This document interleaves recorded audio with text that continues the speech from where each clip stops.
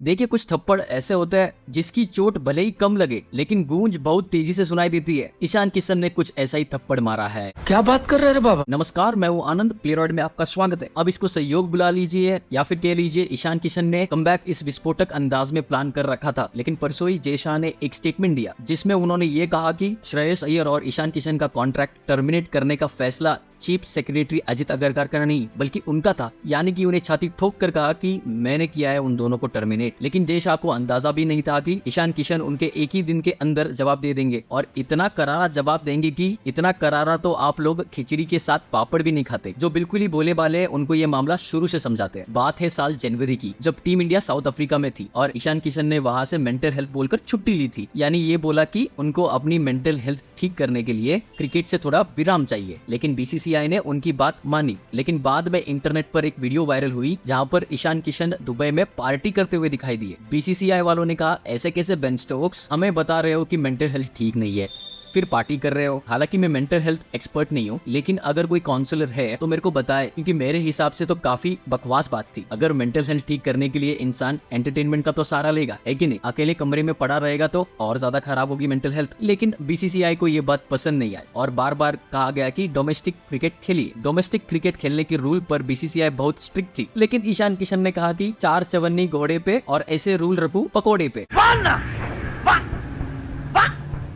फिर बीसीसीआई ने ईशान किशन से कहा कि नमक डालकर दही खट्टी बना लो, और अगर नहीं माननी हमारी रूल तो करियर की बत्ती बना लो। क्या बात बोली। और इसी के साथ जब सेंट्रल कॉन्ट्रैक्ट की लिस्ट अनाउंस हुई तो इसमें ईशान किशन और श्रेयस अय्यर का नाम शामिल नहीं था। अब श्रेयस अय्यर को तो वापस आना ही था, क्योंकि गौतम जो कोलकाता के मेंटोर थे वो अय्यर से इंप्रेस हुए थे आईपीएल के दौरान। इसीलिए श्रेयस ने श्रीलंका के सीरीज में वापसी कर ली थी। लेकिन जिसका गॉडफादर नहीं होता उसको तो बल्ले से जवाब देना होता है। इसीलिए ईशान किशन का रास्ता कठिन था। लेकिन ईशान किशन ने एक बार फिर कहा कि बल्ला ऐसा घुमाऊंगा कि कमाल कर दूंगा और रन बनाऊंगा इतना कि बीसीसीआई की कांटे लाल कर दूंगा।